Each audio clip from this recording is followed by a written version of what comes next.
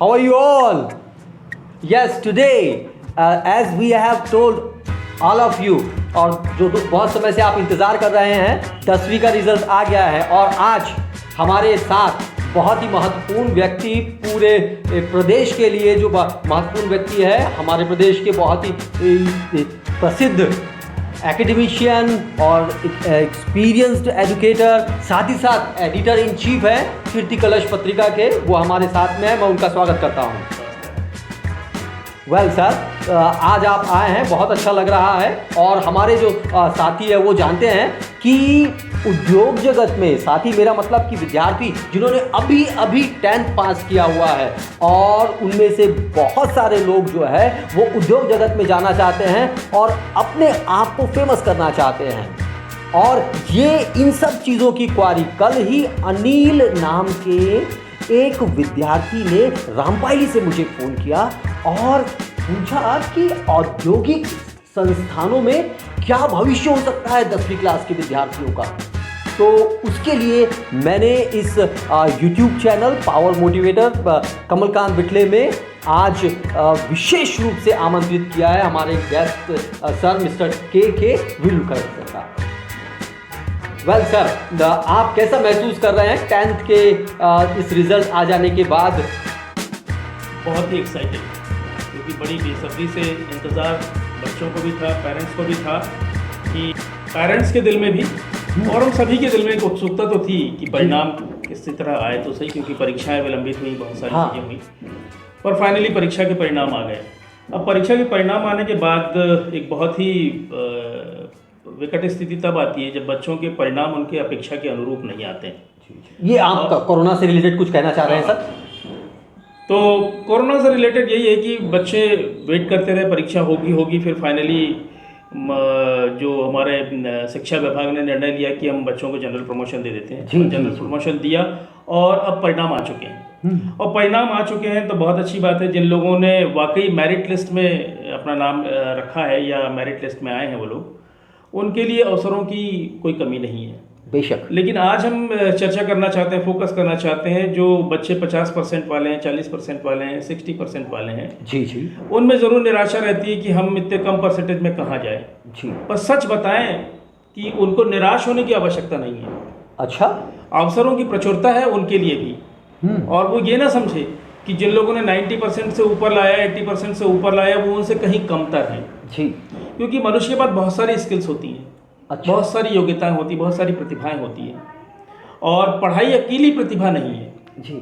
तो वो उन प्रतिभाओं का उपयोग करते हुए औद्योगिक संस्थानों में प्रवेश ले सकते हैं। हमारे ITI सेक्टर खुले हुए हैं, जहाँ पर आप इलेक्ट्रिशियन, फिटर, डीजल मैकेनिक, बहुत सारे ट्रेड्स होते हैं, वहाँ पर आप एडमिशन ले सकते हैं और अपनी उस प्रतिभा को लोगों के सामने ला सकते हैं जो अब छिपी हुई है। अच्छा सर, ये जो बहुत अच्छी बात कही आपने कि जो जिन्होंने कम प्रतिशत लेके आए हुए, कम प्रतिशत ना कहें हम, वो तो आप और मैं तय करते हैं कई बार कम क्या है, कई बार विद्यार्थी के लिए वही कम प्रतिशत उसकी सफलता के कारण बनते हैं। बहुत बढ़िया। तो सर, ये कम के साथ साथ कई बार ऐसा भी देखा जाता है कि जो विद्यार्थी विशेष रूप से तकनीकी क्षेत्र में अब रुझान रखते हैं, तकनीकी क्षेत्र में जाना चाहते हैं और उनके पास ज़्यादा धन खर्च करने के लिए नहीं होता है। जैसे कि आपने देखा होगा कि कई बच्चे जो सक्षम परिवार से होते हैं, उनके पास पर्याप्त मात्रा में धन होता है, तो वो यदि घर पर कागज़ की किस्तियों से खेलते हैं तो वो इंजीनियर बनने चले जाते हैं। तो हमारे वो बच्चे आज जिन्होंने 80% भी बनाया है, किंतु वो बच्चे जिन्होंने 80 या 85% बनाया है, किंतु वो सोचते हैं कि उन्हें भी तकनीकी शिक्षा प्राप्त करनी है, तो उनके लिए आप क्या सजेस्ट करेंगे? देखिए, उनके लिए भी बहुत अच्छे अपॉर्चुनिटीज़ एक ITI सेक्टर में तो है ही है, क्योंकि ITI में भी आप 2 साल या 1 साल का कोर्स करके एक तकनीकी शिक्षा ग्रहण करके बहुत ही जल्दी, क्योंकि आज रेलवे है, विद्युत मंडल है, बहुत सारे तकनीकी फील्ड है जहाँ पर लगातार इन तकनीकी शेनों की आवश्यकता होती है, और वहाँ यही लोग उस जगह को फुलफिल करते हैं, बहुत जल्दी नौकरी पर लग जाते हैं, है ना। मैं समझता हूँ जो हमारा आकाशवाणी केंद्र है ना, आकाशवाणी में आपको पता होगा 15-20 वर्ष तक काम किया है ऐसे अनाउंसर। जी। और वहाँ पर जो टेक्नीशियंस आते थे वो सब के सब ITI होल्डर है। और सबके सब ITI से आए हैं, और आज लगभग उनकी सैलरी जी जी 65,000 से लेकर के 90,000 के बीच में है। ITI किए हुए बच्चे बंदों की वाह 65 से लेकर के 90,000 तक की सैलरी। Amazing amazing. तो लाइफ जीने के लिए, एक बेहतरीन लाइफ जीने के लिए मैं समझता हूँ इतनी सैलरी सफिशिएंट है, अच्छी है, बेहद हद से ज्यादा है ये तो कई लोगों के लिए। तकनीकी फील्ड जो है वो यकीनन उनको पे करने वाला है, कुछ देने वाला है, वो बैठे नहीं रहेंगे। और ये सब ना भी हो तो किसी तरह की तकनीक यदि आपने हासिल कर ली तो अपने लेवल पर, यदि आप इलेक्ट्रिशियन से हैं तो आप इलेक्ट्रिक फिटिंग का काम कर सकते हैं, अपना एक ट्रेड, अपना एक बिजनेस शुरू कर सकते हैं। वाह, क्यों नहीं? खाली नहीं बैठे रह सकते। हाँ हाँ, ITI के अलावा यदि वो जाना चाहे तो पॉलिटेक्निक भी एक बड़ा फील्ड है। अच्छा, पॉलिटेक्निक मतलब जो जिसे डिप्लोमा कहा जाता है डिप्लोमा तकनीकी में, जी तकनीकी का डिप्लोमा है वो, डिप्लोमा इंजीनियरिंग कहा जाता है। अच्छा जी जी जी। 3 साल का कोर्स वहाँ पर भी होता है। माइनिंग है जो शायद संभवतः 4 साल का होता है। तो माइनिंग में जाना चाहते हैं, इलेक्ट्रिशियन जाना चाहते हैं, जिन लोगों का क्राफ्ट और जो ड्राइंग स्किल्स बहुत अच्छे होते हैं उनको सिविल में जाना चाहिए। हाँ। कुछ लोग मैकेनिकल फील्ड में जा सकते हैं। तो ये बहुत सारे फील्ड हैं। सर मैं एक क्षण के लिए आपको रोक रहा हूँ यहाँ पर, और मैं आपको अप्रिशिएट करना चाह रहा हूँ, और आप सभी लोगों से इस चैनल के माध्यम से जो अभी देख रहे हैं, मैं उन सबको एक बहुत ही सशक्त स्तर का संदेश दोबारा पहुंचाना चाहता हूं, और वो ये है कि आदरणीय के विरुलकर सर जहां पर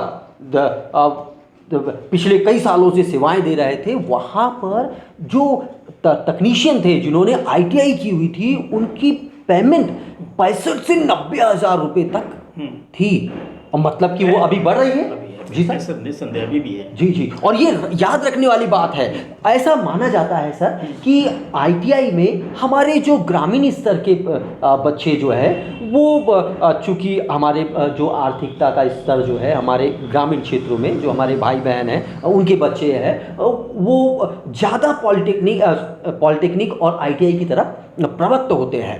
तो ये उन सब के लिए बहुत ही आशा से भरा हुआ संदेश है। मैं धन्यवाद कहना चाहूँगा कि आपने ये संदेश बांटा। इसके साथ ही साथ मैं एक सवाल आपसे करना चाहता हूँ सर, वो रिलेटेड है जो पॉलिटेक्निक आप बता रहे थे, तो पॉलिटेक्निक जो है वो किन क्षेत्रों में हो सकता है और उसकी क्या उपयोगिता? पॉलिटेक्निक के लिए मेनली हम बालाघाट जैसे छोटे शहर में रहते हैं, कुछ लोग और भी जाना चाहते हैं, तो फील्ड तो बहुत सारे हैं। इंजीनियरिंग के इतने सारे सेक्टर हैं कि हम नाम भी नहीं गिना सकते, लेकिन हम अपने शहर के अपने आसपास परिवेश की बात करते हैं या एक महानगर की भी बात करते हैं, तो भी 4 फील्ड तो आपके पास माइनिंग का एक ओपन फील्ड है, इलेक्ट्रिशियन, सिविल में और मैकेनिकल्स में आप पॉलिटेक्निक कर सकते हैं, और इनमें व्यापक स्कोप है, बहुत व्यापक। जी अच्छा, मैंने सुना हूँ सर कि जो पॉलिटेक्निक है वो करके अगर गवर्नमेंट सर्वेंट बनता है कोई, तो वो JEE बनता है, जूनियर इंजीनियर बनता है। अच्छा जी जी। जूनियर मतलब ITI करके आप एक तकनीशियन कहला सकते हैं, लेकिन यदि आप पॉलिटेक्निक करते हैं तो जूनियर इंजीनियर के पद पर, यानी कि उससे वरिष्ठ होते हैं आप। तो ये बेसिक अंतर है ITI करने में और पॉलिटेक्निक करने में। पॉलिटेक्निक करते हैं तो एक ग्रेड आपका अपर होता है। अच्छा। हाँ, और पॉलिटेक्निक 3 और 4 साल का कोर्स होता है, ITI 1 या 2 वर्ष के कोर्सेस होते हैं इसमें।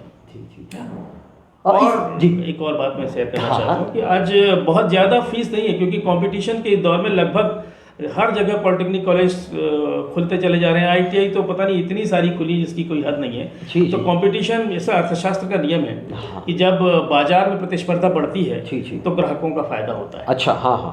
तो ITI खुल जाने की वजह से जो फीस थी उनमें भी काफ़ी गिरावट आई है। अच्छा, मतलब ITI कर लेना एक अच्छा सौदा है आज के समय में। बिल्कुल जी जी, ये भी एक बात अच्छा। उसी तरह पॉलिटेक्निक के फील्ड में भी लगातार पॉलिटेक्निक कॉलेजेस खुल जाने की वजह से कंपटीशन बढ़ा है, कंपटीशन बढ़ने की वजह से फीस में गिरावट आई है। तो ये स्टूडेंट्स के लिए फायदा है, लेकिन फीस में कमी होने की वजह से मैं स्टूडेंट्स को ये जरूर कहना चाहूँगा कि वो ऐसा समझौता ना करें कि किसी ऐसे कॉलेज या ऐसे इंस्टीट्यूशन में एडमिशन ना लें जहाँ पर सफिशिएंट स्टाफ ना हो, क्योंकि एडमिशन लेने के लिए एक अच्छे स्टाफ का होना जरूरी है, उनके पास जो बुनियादी सुविधाएं हैं उन सुविधाओं का होना जरूरी है, प्रैक्टिकल से मटेरियल होना बहुत ज़रूरी है।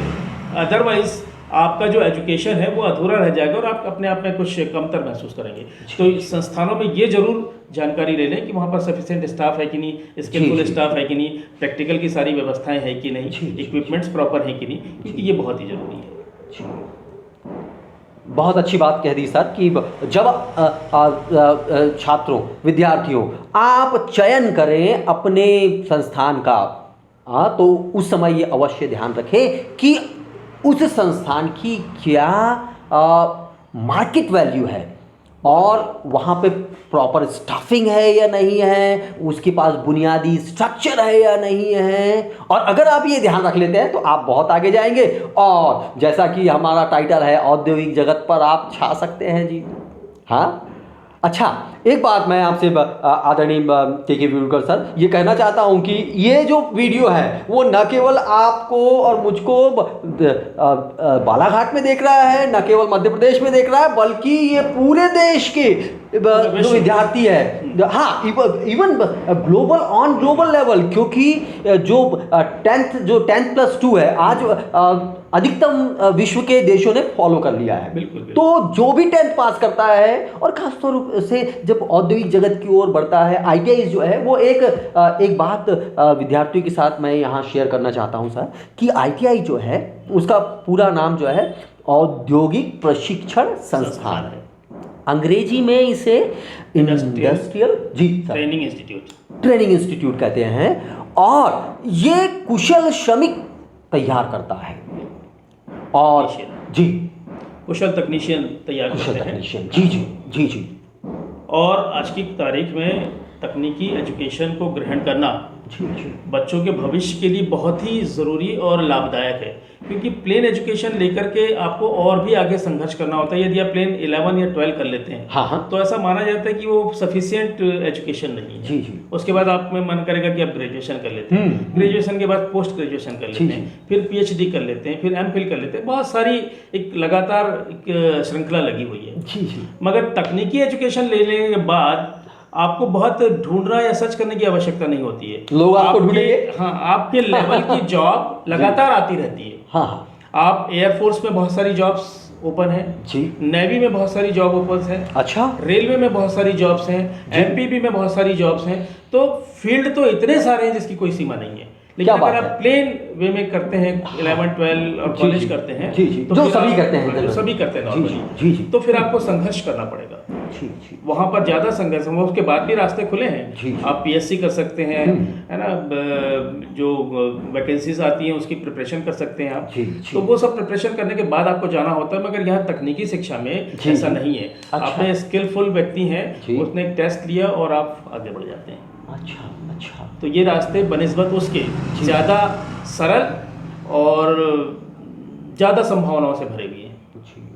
संभावनाओं से ज़्यादा भरे हुए हैं। देखिए कितनी, और आज का जो हमारा युवा है, जो विद्यार्थी है, वो संभावनाओं की दुनिया में अपने आप को विस्तार करना चाहता है। सर, यहाँ मैं एक और सवाल आपसे करना चाहता हूँ कि यदि कोई विद्यार्थी गवर्नमेंट ITI में प्रवेश पाना चाहता है तो उसके लिए आप क्या संदेश देंगे? देखिए, सरकारी संस्थान चाहे जहाँ कहीं भी हो, सरकारी संस्थान बहुत ज़्यादा नहीं होते हैं जी। किसी शहर में 2, किसी शहर में 4, किसी में 1 ही होते हैं जी। और एडमिशन लेने वालों की संख्या बहुत ज़्यादा होती है। तो नॉर्मली ऐसे संस्थानों में जो एडमिशन का परसेंटेज है वो बहुत हाई होता है। जी। तो जिन्होंने अच्छे परसेंटेज गेन किए हैं 10th में, उनके एडमिशन तो हो जाते हैं। जी। और जो कम परसेंटेज वाले हैं उनको फिर सीख करना पड़ता है प्राइवेट सेक्टर में। तो प्राइवेट सेक्टर में वो एडमिशन लेकर के भी वही स्किल, वही प्रतिभा, वही टेक्निक हासिल कर सकते हैं जो सरकारी संस्थानों में उनको हासिल होती है। अच्छा। तो उसमें कोई बड़ी बात नहीं है। बस ये है कि सरकारी संस्थानों में आपकी फीस कम हो जाती है। अच्छा, है ना जी, आपको इकोनॉमिक सपोर्ट मिलता है। इकोनॉमिक सपोर्ट मिलता है जी, ये एक बात है। और प्राइवेट सेक्टर में आपको अपने पास से काफी पैसा खर्च करना पड़ता है। बुनियादी अंतर यही है, वरना शिक्षा आपको वही मिलेगी जो प्राइवेट में और गवर्नमेंट में मिल रही है। अच्छा, जी। ये कितनी बढ़िया बात कह दी है आपने कि यदि आप सरकारी ITI औद्योगिक प्रशिक्षण संस्थान में यदि प्रवेश प्राप्त कर लेते हैं, बहुत अच्छी जी, आप कर लीजिए, आपको इकोनॉमिक समर्थन मिल जाएगा। और नहीं हुए तो कोई प्रॉब्लम नहीं है, थोड़ी बहुत फीस 10, 15, 20 हज़ार रुपये प्रति वर्ष की फीस है, ज़्यादा भी नहीं रहती है आज की कंडीशन में। और मैं समझता हूँ कि आर्थिक समृद्धि डे बाई डे बढ़ ही रही है। जो बहुत ही निम्न वर्ग है वो भी एटलीस्ट इतना, घर परिवार के सारे लोग मिल करके इतना तो अर्न कर ही लेते हैं कि अपने बच्चों के खाने पीने के साथ साथ बच्चों की पढ़ाई का स्तर भी सुधार सके, उस पर भी चिंतन कर सके। अच्छा, हाँ। आज ये जागरूकता तो लगभग सभी तरफ देखने को मिल रही है और है ही। जी जी। अच्छा सर, आप हमेशा विचारों के लिए जाने जाते हैं, आज आप क्यों ना अब जो हमारे 10वीं के मीन्स पास विद्यार्थी है उन लोगों के लिए कोई विशेष विचार कहें। बिल्कुल। देखिए, मुझे ऐसा लगता है कि हम लोग डॉक्टर एपीजे कलाम को उस नज़रिए से भी देखते हैं कि उन्होंने किस बैकग्राउंड से आकर के किस ऊंचाइयों को छुआ। जी। वो एक पेपर हॉकर हुआ करते थे। पेपर हॉकिंग से एक लाइफ शुरू होती है और देश के टॉप मोस्ट साइंटिस्ट बने, मिसाइल मैन के नाम से जाने जाते हैं। तो मैं समझता हूँ ऐसे लोगों का जीवन हर किसी के लिए किसी के लिए एक प्रेरक का काम करता है। जी। तो मैं उन्हीं का विचार 10वीं वालों से शेयर करना चाहता हूँ जी, अपने स्टूडेंट से। ध्यान से सुनिएगा। एपीजे कलाम साहब ने कहा था कि सपने वो नहीं होते हैं जो हम सोने के बाद देखते हैं, बल्कि सपने वो होते हैं जो हमें सोने नहीं देते हैं। जो हमें सोने नहीं मतलब अगर मन में उथल पुथल है, बेचैनी है, उत्कलता है या लगातार विफलता बनी हुई है, कहीं कुछ पा जाने की चाह है, कहीं आप रास्तों की तलाश में है, तो समझिए कि आप मंजिल की तलाश में और मंजिल मिलने वाली है जी। और यदि अंदर भीतर चाह ही नहीं है, कोशिश ही नहीं है, कोई एफर्ट ही नहीं है, तो आप ठहरे हुए पानी की तरह हैं। ठहरे हुए पानी में सड़न पैदा होती है, ठहरे हुए पानी से घुटन पैदा होती है, कीटाणु पैदा होते हैं। तो मैं नहीं चाहता कि हमारे 10वीं वाले बच्चे ठहरा हुआ पानी बने। उनके पास जीवन का एक व्यापक स्कोप है और लंबी उम्र पड़ी हुई है अपने आप को तराशने और संवारने के लिए। तो वो हर तरह का प्रशिक्षण जहाँ कहीं से भी मिलता हो प्राप्त करें, जहाँ कहीं से भी प्रेरणा मिलती हो प्राप्त करें और अपने लक्ष्य की तरफ तत्काल अग्रसर हो। कितना बढ़िया, तत्काल अग्रसर हो, क्योंकि यकीनन आपके सपने आपको बेचैन किए हुए हैं और ये बेचैनी ही आपको सफलता की ओर लेके जाएगी। जी। और अभी जो 10वीं की छात्र है आज का समय सर आप जानते हैं बहुत बड़ी उनके सामने चुनौती है, बड़ा ही गंभीर विषय है उनके लिए, क्योंकि अभी उनको किस दिशा में जाना है ये चुनाव करना है। बिल्कुल। तो क्षेत्र तो बहुत है, मगर आज हमने औद्योगिक फील्ड को ही चुना और जो दूसरा क्षेत्र और 10वीं के बाद क्या हो सकता है वो अगले वीडियो में हम आपको शेयर करेंगे। जी है ना।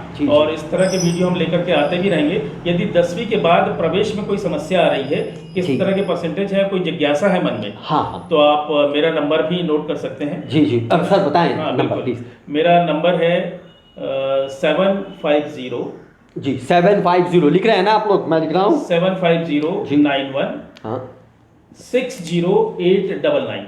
एक बार मैं पुनः दोहरा रहा हूँ 75091 60899। इस फोन पर 899 जी, इस फोन पर आप कांटेक्ट कर सकते हैं और आपको गाइडलाइन मिल सकती है ना।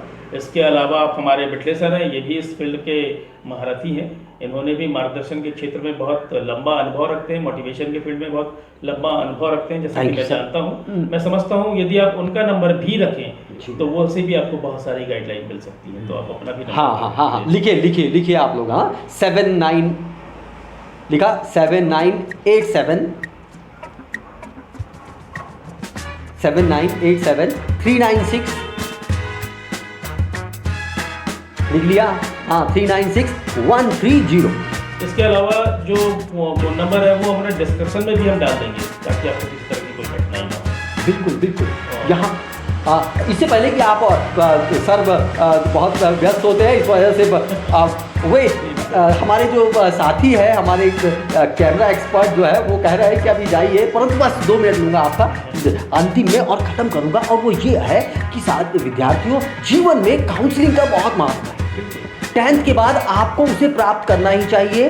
और यहाँ मैं आपको एक बात कह देना चाहता हूँ कि काउंसलिंग जब आप मैं कहता हूँ तो इसका अर्थ जरूरी नहीं है कि आप किसी नाम के काउंसलर के पास ही जाएं या मेरे पास ही आए। आप अपने माता पिता से काउंसलिंग कराइए, आप अपने गुरुजन से के पास काउंसलिंग कराइए, आप अपने साथियों के साथ काउंसलिंग करिए, आप अपने से बड़ों के से काउंसलिंग कराइए। काउंसलिंग का अर्थ होता है सलाह लेना जी, अपने वरिष्ठों से, अपने बड़ों से, जिस किसी को भी आप मानते हैं कि आपके लिए बेहतर सलाह दे सकते हैं, ऐसे हर व्यक्ति से सलाह देनी ही चाहिए, क्योंकि वो आपके जीवन में बहुत ही महत्वपूर्ण रोल प्ले करती है और वही आपकी सीढ़ी बनती है सफलता की। Okay good. तो आपके साथ ही साथियों, मैं के विरुद्ध आपसे विदा लेना चाहता हूँ, क्योंकि और भी जाना था मुझे। और आज संयोग बस ऐसा हुआ कि बेटे सर ने आमंत्रित किया तो मैं चला भी आया और बहुत ही अच्छा सेशन हो गया है और मुझे लगता है कि इससे बहुत सारी जानकारियाँ आप तक पहुँच चुकी हैं और आप निस्संदेह उन जानकारियों पर अमल करना शुरू भी कर देंगे आज के बाद। तो हम अगले विषय में, जो अगला वीडियो होगा हमारा, उसमें और भी जो दूसरी जानकारियाँ हैं 10वीं के बाद की, उसको लेकर के आपके बीच आएंगे। तब तक के लिए मैं के विरुकर लेता हूँ। नमस्कार। नमस्कार। नमस्कार। नमस्कार। Thank you.